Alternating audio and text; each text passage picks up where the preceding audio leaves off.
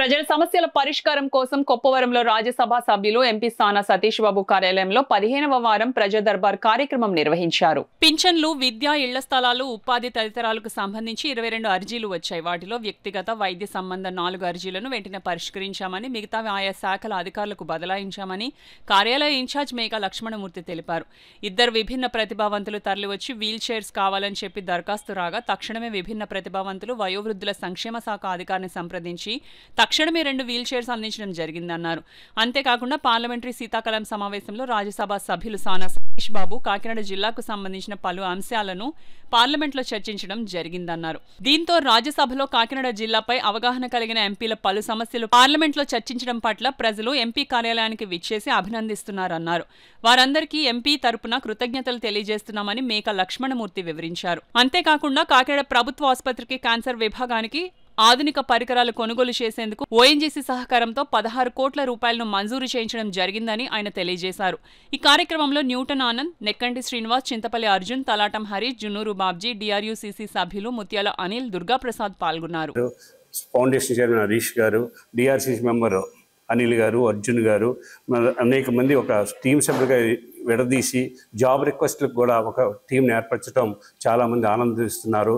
ముఖ్యంగా ఈ గత వారంలో వాస్తవమైన విషయం ఏమిటంటే, గత వారం రోజుల్లో పార్లమెంటు నందు మా సానా సతీష్ బాబు గారు ఎంపీ, రాజ్యసభ ఎంపీ సానా సతీష్ గారు అనేక సమస్యల పట్ల ప్రణాళికాబద్ధంగా ఆలోచన విధంగా మాట్లాడడం వల్ల ప్రజలు నేరుగా ఆఫీస్కి వచ్చి అభినందనలు తెలియజేశారు. వారందరికీ కూడా మేము ప్రత్యేకంగా అభినందనలు తెలియజేస్తున్నాం. ముఖ్యంగా నిన్నగాక మొన్న గవర్నమెంట్ హాస్పిటల్కి సంబంధించి క్యాన్సర్ రేడియేషన్ పరికరాల గురించి ఓఎన్జీసీతో సంయుక్తంగా ఇక్కడ 16 కోట్ల రూపాయలు ఈ కాకినాడ నగరానికి తీసుకురావడం ప్రజలందరూ కూడా ఎంతో ఆనందం వ్యక్తం చేస్తున్నారు. క్యాన్సర్ పట్ల జనరల్ హాస్పిటల్లో పరికరాలు లేకపోవటం వల్ల దూర ప్రాంతమైన విశాఖపట్నం వెళ్ళవలసి వస్తుంది. ఆ అవసరం లేకుండానే ఇక్కడ జనరల్ ఆసుపత్రిలో సామాన్యులకి, పేదవారికి అందుబాటులో విధంగా ఆలోచన చేశారు. ఈ ప్రాంతంలో పుట్టి పెరగటం వల్ల అయినా అనేక సమస్యల పట్ల అవగాహన ఉంది. ప్రతి నిత్యము కూడా పార్లమెంట్లో ఈ ప్రాంతం గురించి, ఈ ప్రాంతం అభివృద్ధి గురించి, ఇక్కడ సమస్యల గురించి నేరుగా ప్రస్తావిస్తున్నారు. ముఖ్యమంత్రి గారి దృష్టికి కూడా, పవన్ కళ్యాణ్ గారు, లోకేష్ గారి దృష్టికి కూడా ఆయన తీసుకువెళ్ళడం జరుగుతుంది.